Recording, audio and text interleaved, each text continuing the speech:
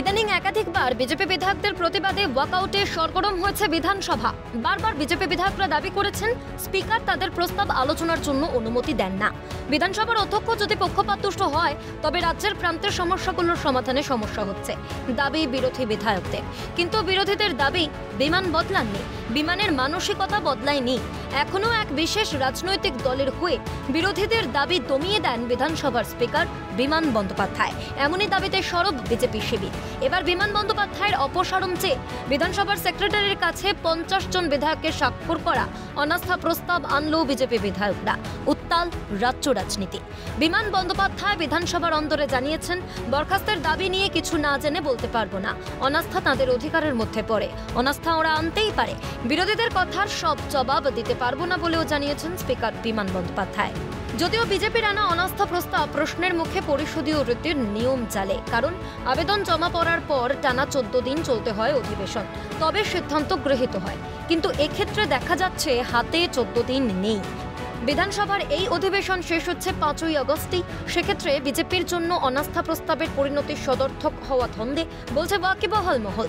এ প্রসঙ্গে রাজ্যের পরিষদীয় মন্ত্রী শোভনদেব চট্টোপাধ্যায় জানিয়েছেন, অনাস্থা যে কেউ আনতেই পারেন, কিন্তু তার একাধিক নিয়ম আছে। বিধানসভায় অধিবেশন যেহেতু 5 তারিখ পর্যন্ত, তাই বিরোধীরা আদৌ অনাস্থা পেশের সুযোগ পাবেন কিনা তা নিয়ে সন্দেহ আছে। আমি জানি না এরা এরকম কোনো সুযোগ তারা পাবে কিনা, কারণ বিজনেস অলরেডি 5 তারিখ পর্যন্ত হয়ে আছে, আর হাউসও চলবে 5 তারিখ পর্যন্ত। ফলে এই হাউসে এই ধরনের কোনো আলোচনার কোনো সুযোগ আছে বলে মনে করি না। শুভেন্দু অধিকারী এ বিষয়ে স্পষ্টই জানিয়ে দিয়েছেন, এর আগেও আমরা স্পিকারের পক্ষপাতিত্বের অভিযোগে অপসারণের দাবিতে অনাস্থা প্রস্তাব এনেছিলাম। উপাধ্যক্ষ তার ক্ষমতা বলে তা খারিজ করেছেন। স্পিকার সংবিধান মানছেন না, দাবি স্পষ্ট জানালেন শুভেন্দু অধিকারী। আমরা ভারতীয় জনতা পার্টির আজকে 50-এর বেশি বিধায়ক উপস্থিত ছিলাম। আমরা 18টি নির্দিষ্ট অভিযোগের ভিত্তিতে বিধানসভার যে রুলস আছে মেনে সচিবের কাছে অধ্যক্ষের অপসারণ চেয়ে অনাস্থা প্রস্তাব জমা করেছি, এবং আমরা চাই এই সেশনের যে আর কয়েকটা দিন বাকি আছে তার মধ্যে অধ্যক্ষ মহোদয়ের ভূমিকা নিয়ে বিধানসভায় আলোচনা হোক আমাদের অনাস্থা প্রস্তাবে।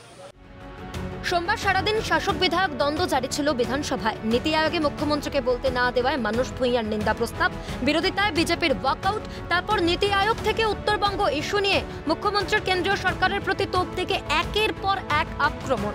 বারবার স্পিকারের বিরুদ্ধে ওঠা পক্ষপাতিত্বের অভিযোগের পর স্পিকারের অপসারণ চেয়ে অনাস্থার দাবিতে যে উত্তাল হয়ে উঠল বঙ্গ রাজনীতি তা বলাই বাহুল্য। এবার এই অনাস্থা প্রস্তাবের পরিণতি শেষ পর্যন্ত কি হয় সেটাই এখন দেখার। ক্যামেরা কিশোর মুখোপাধ্যায়ের সঙ্গে বিপ্লব চক্রবর্তী, রাজা সাহা ও সুদীপ্ত পালের রিপোর্ট, ক্যালকাটা নিউজ।